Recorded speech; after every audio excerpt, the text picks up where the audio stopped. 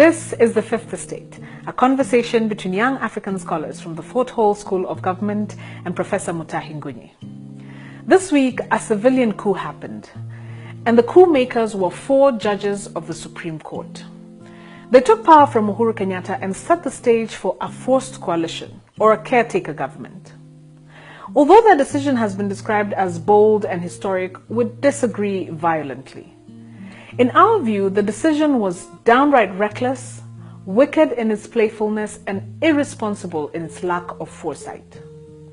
We have submitted in the past that the judiciary is the one to take us to war, and we made this submission when we discovered a certain pattern in judicial decisions. We discovered that every case Raila took to court, he won. This coincidence was too much, but now we see why.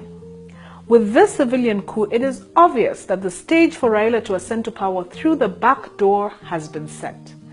And if this is true, we must take the 4 judges to the court of public opinion. In this court, we must charge them with high treason. Consider the arguments with us. For starters, the 4 judges did not give us reasons. They just ruled. If Justice Professor Ojwang and Justice Joki Dongo read a summary of their reasons, why did the 4 judges fail to do the same? We agree with Ahmed Nasir that this decision was political. It followed the Machiavellian principle that states the end must justify the means. Put differently, the 4 judges started with the end, a civilian coup. After 21 days, the means or reasons to justify the coup will be generated in form of a judgment. This is probably why they did not give us reasons. They do not have them. All they had was the end. But we have a second submission to make to the court of public opinion. The 4 judges discredited IEBC galore. Then curiously, they charged the same IEBC with the task of holding fresh elections in 60 days. In our view, a discredited IEBC can only give you discredited elections. Fact. Similarly, if we disband IEBC, an election in 60 days will be impossible. Fact. This political decision is therefore meant to result in a constitutional crisis.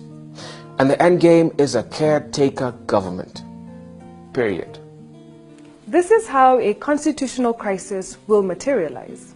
1. The UN cannot conduct elections in Kenya. Only IEBC is allowed by the Constitution to do so. Fact. 2. The Supreme Court first discredited IEBC and then ruled that the same IEBC is to conduct the election. This decision cannot be reversed, it cannot be appealed, it is final. Fact. And this is why this judgment is political.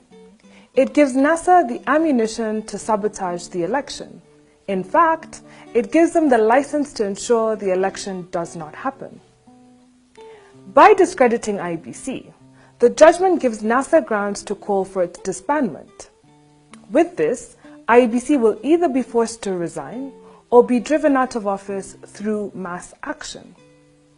By the time a new commission is constituted, procurement of ballot papers is done, and the electronic tallying system firewalled, it will be Christmas. In sum, this judgment is a misengineering of justice. It orders an election on the one hand and sabotages it on the other. And this is why the court of public opinion must judge the 4 judges harshly. More so if a constitutional crisis materializes. But what is the NASA endgame? Why is sabotaging the election a strategy for them? What will this result in?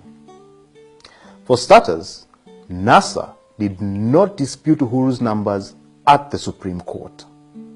Raila knows that Uhuru has the numbers, and if this is true, Raila knows that he cannot win in the November election. His best bet, therefore, is to have the courts propel him to power. And there are 2 avenues here. The first has already happened. It is a civilian coup. And the logical sequence of this coup was to be a botched election that would lead to a government of national unity. If this fails, then the second strategy kicks in. Remember that the November election is not a runoff. It is a fresh election. This means that the winner must still garner 50% plus 1. And if Uhuru gets this, he will be sworn in on December 12th. However, if he does not, then a runoff will happen on December 29th. Then the election circus will begin afresh. But Maraga can also nullify this November election. And if he does so, then a fresh election will have to be held on 29th of January 2018. And this cycle of elections will continue for years until Raila gets into government. The ruling by the Maraga Four was not just a civilian coup, in my view. It was an act of high treason. It was an act of misengineered justice. It was an act of subversion, an act to overthrow the will of the people using technicalities. If this is not treason, I have no idea what treason then is. And this is why history will not be kind to the Maraga Four. History will judge them harshly, and the harshness